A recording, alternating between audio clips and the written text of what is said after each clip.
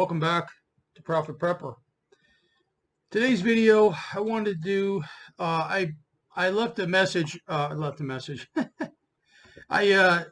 said on the last video that I wanted to talk about how to clean your ammo.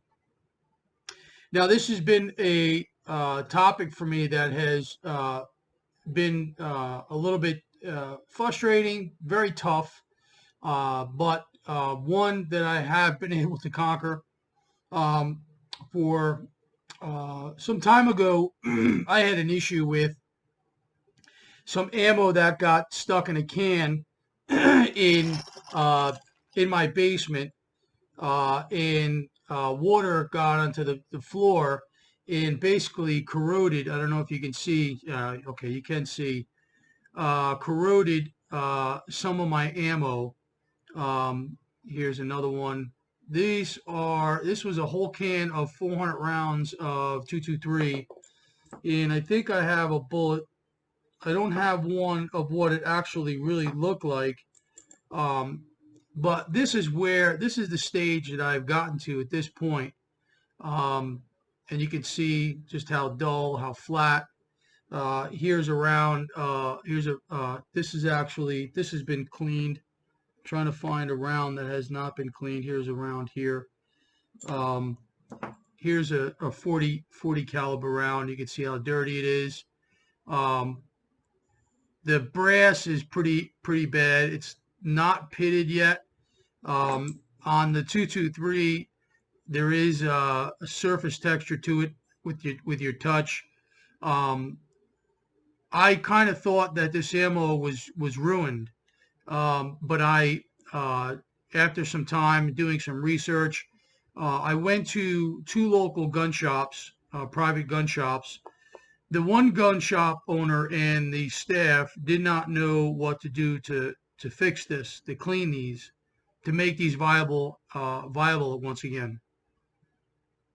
The second one I went to, the owner didn't have any idea what to do, but he had an employee that wasn't on shift, had some issues, and he might have had some information, but I just wasn't willing to wait around. So I went online and I Googled, I YouTubed, I used every internet search, all kinds of titles, and I could not find anybody with practical information to clean these. Now, the one piece of information that I did come up with was one that has gotten the ammo to this point. Now, this ammo has been cleaned with the first method, and I can tell that the oxidation has returned, and because it just didn't do the right job. Now, the first method, or the only method that I could find on the internet, actually, it was the first method that I could find on the internet, was dangerous, and it called for soaking the round. And I didn't want to soak the round because if you did and water got into it, the primer was ruined, and the bullet would have to be cleaned and repacked. And I just don't reload. The other, the first one was use OxyClean, and OxyClean on a rag, and you just basically clean it. And I tried that on half of the rounds, and it did not do anything. I think if it did anything, it did help with some of the oxidation, the greening, from the brass turning. And I was not satisfied with that. Now, let me just say, this ammo nothing has been shot since I've done the first or second or the final clean. So the second option was, I had found all over YouTube, was 1 cup of white vinegar and 1 tablespoon of salt. And you basically take a rag, dip it, and then you just clean the bullet. You don't soak it. And I did that, and that got rid of all the oxidation, but it left all this pitting or this staining of the brass. And here's one that's pretty bad, if you can see how bad that round looks. Now, it does have a little bit of a texture to it, And again, I was a little deceived by it, but it does have a little bit of a texture to it. So I had spoke to my brother-in-law, who is an avid um, gun owner, and he also heard the OxyClean trick. Did not hear about the salt water, the vinegar and salt, and he was a little concerned about the fact of using salt. He said you don't want to use salt because salt will corrode, and I agreed with him. But it would take a long time for that amount of diluted salt to really affect brass. Copper may be a little faster, but brass, I kind of, I had trouble with that. So as we talked, he said, I do know a guy that had the same problem, had a lot of ammo, and he was at the point where it was so bad, he didn't feel like it was going to be his primary ammo, meaning present loads in any of his weapons for safety. But they would be rounds he used at the range, something he would use to scope in his guns. And he said, I know that he had some issues, and this was back in the day. This was a guy from Florida. Now, many of you don't know, but Florida, the air is very, if you will, it's salty because you are surrounded by the ocean. And so everything should be, everything that you have, especially ammo that you want protected, you should have in Ziploc bags, whether you have them brand new in a box. You should have them in Ziploc bags if you're in the South. That's just a little word of caution for you. So as we sat and we talked, we discussed the situation with his buddy from Mayaca in Florida. He said, I have a buddy that had the same problem, and he used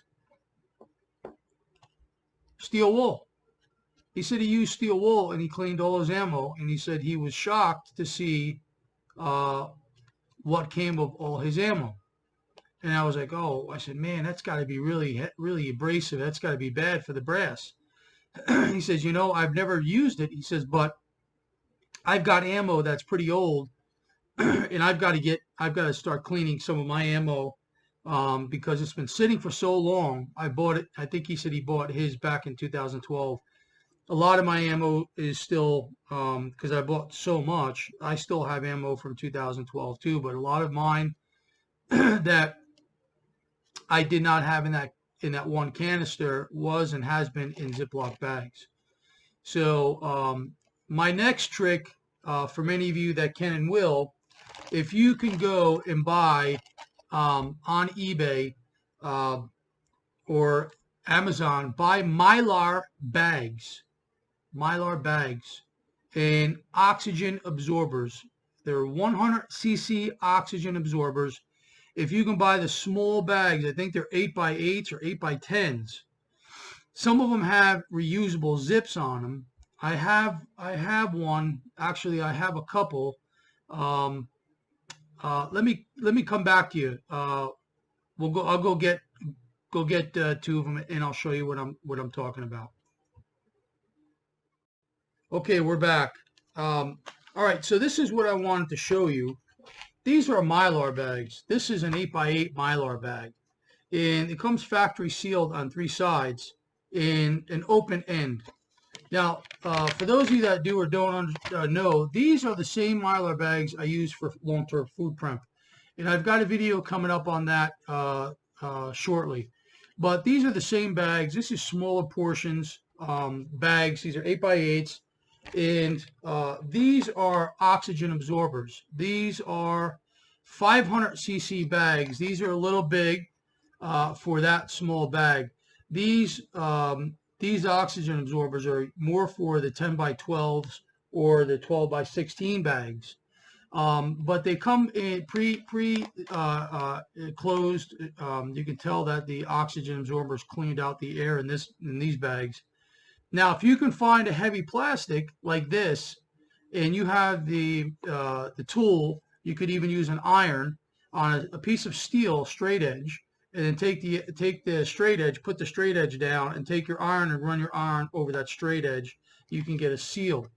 But for those of you that are looking for long-term protection for ammo that you're looking to put away, I would suggest that you try doing Mylar bags with oxygen absorbers. Label them really well, what the round, the caliber, how many are in the bag, and the date that you sealed them. And put them in a separate place from your food, because they do not need to be in some sort of a climate control like your food does. So I wanted to share that with you. But so anyway, what I did was I did a bunch of rounds, and this was the 223. Now these have been cleaned with the white vinegar and salt to get rid of some of the oxidation, but there's still some here in the back boot of the round. And so this was what it looked like before I used a steel wool. And as you can tell here, this is what it looks like since the steel wool. So you can see how clean this round is. And all that texture that I could feel of the oxidation was a positive, not a negative, which could be a bad thing, because if that round swells, that round will get stuck in the chamber, could cause issues for you. But I got it in time where there is no swelling of the round, because the round did not get fluid in it. So I was able to take one of these rounds, break the top off, and empty the powder, and the powder was nice and dry. So this is the before and after, if you can tell. So I am going to be able to save all that ammo. Now, some would say, oh, is it worth all that time? Now, I did all these 40 cal, and I did, which was interesting. I'm going to show you something else that I think you guys will really be shocked at. I did all these. I did a bunch of the 223, and I did this bag full of 30-30 rounds. Now, these rounds were, here's a round that I think I cleaned. I can't tell if I cleaned that one. It looks, no. Here's one it's pretty oxidized. Now this round, this is a very old 30-30 round. And those rounds, or these rounds, actually, I don't think this is here. I have 30-30 rounds from 1970, 1980, that were my wife's grandfather's. For some reason, I have a feeling, no, this isn't, because I think the round that were his were more rounded. The tips were more rounded. And I think maybe I might, oh, yeah, maybe I do have one here. Oh, is that it?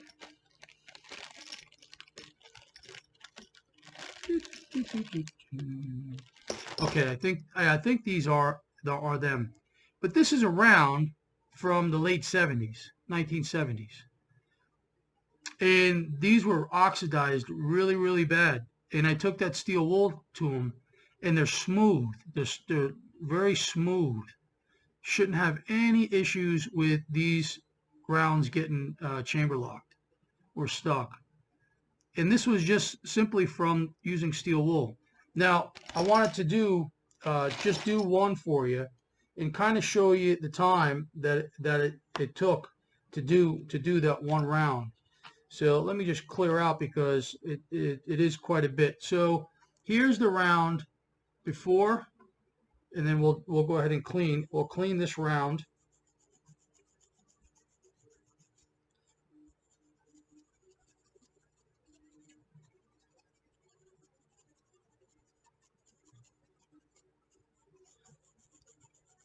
Now the 40 cals, the smaller bullets, the 9mm, the 22s, the the 40 cal 45s are a little harder to clean because it's harder to get your finger on them. You can already see how clean this bullet is already starting to get. But this is usually the effort that it takes to clean this bullet. Now, there's a trick that you can use if you have the ability to do it. You can get your corded drill, put a wire wheel attachment on the wheel. If you have a drill that has a lock key on the trigger, just do it and then hold it, and you can clean these bullets without all this effort to your fingers and your hands. Now, I'm taking all this time to clean these bullets. These bullets are not going to be my primary ammo. These are going to be range ammos, and I'm going to be sure to clean my gun very well after I'm done shooting all this ammo. Now you can see the mess on the table of the steel wool. So you make sure you get yourself plenty of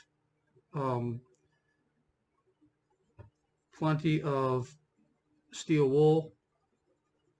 This is the first piece of steel wool that I've worked with, and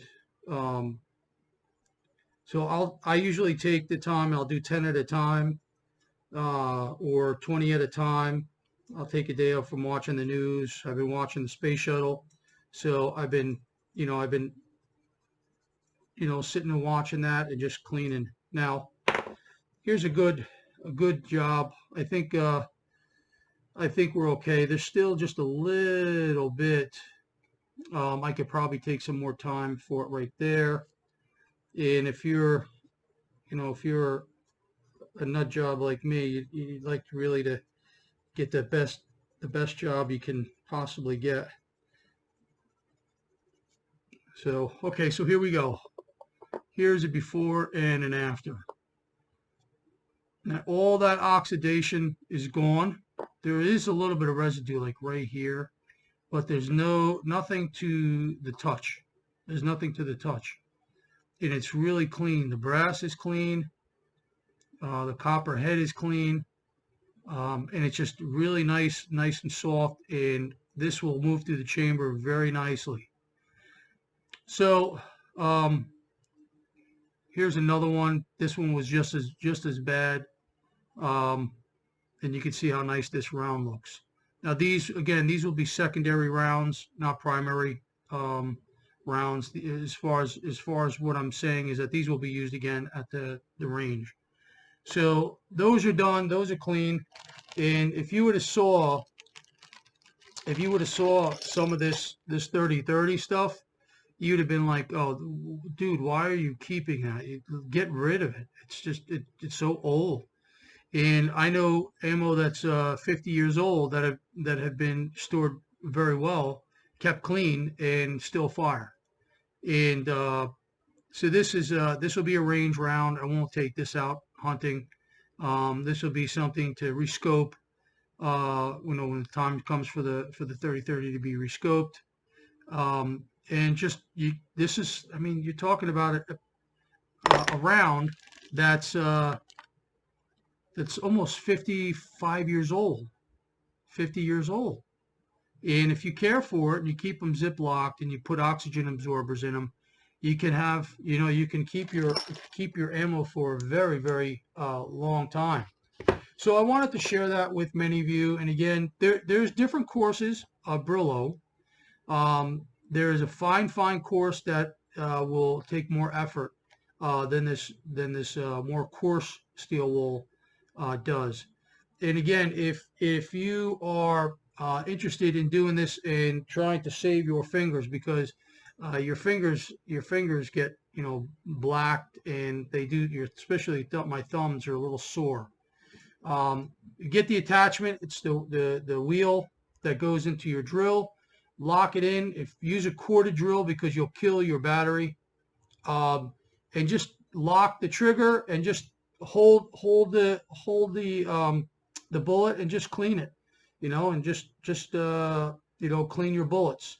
And I like to, when I'm cleaning them, for some reason, I don't know why, maybe it's just a mental case.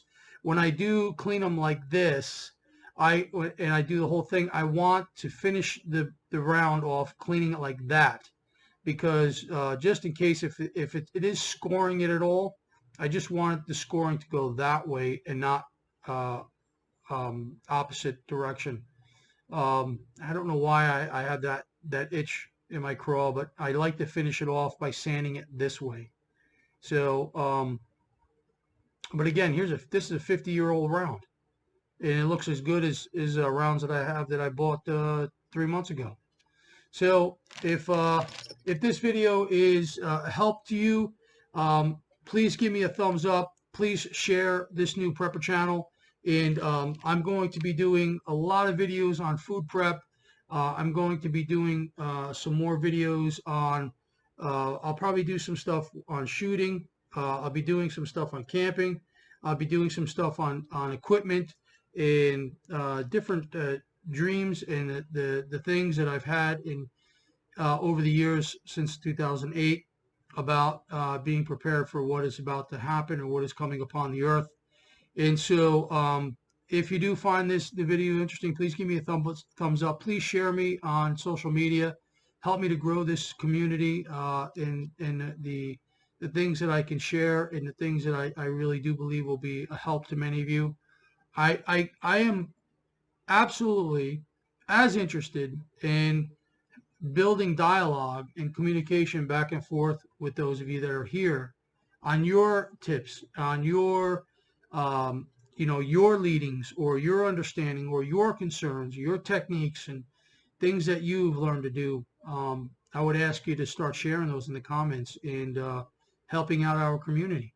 So thanks again, folks, and we'll come back to you again with a couple of videos on some food preparation. Thanks again.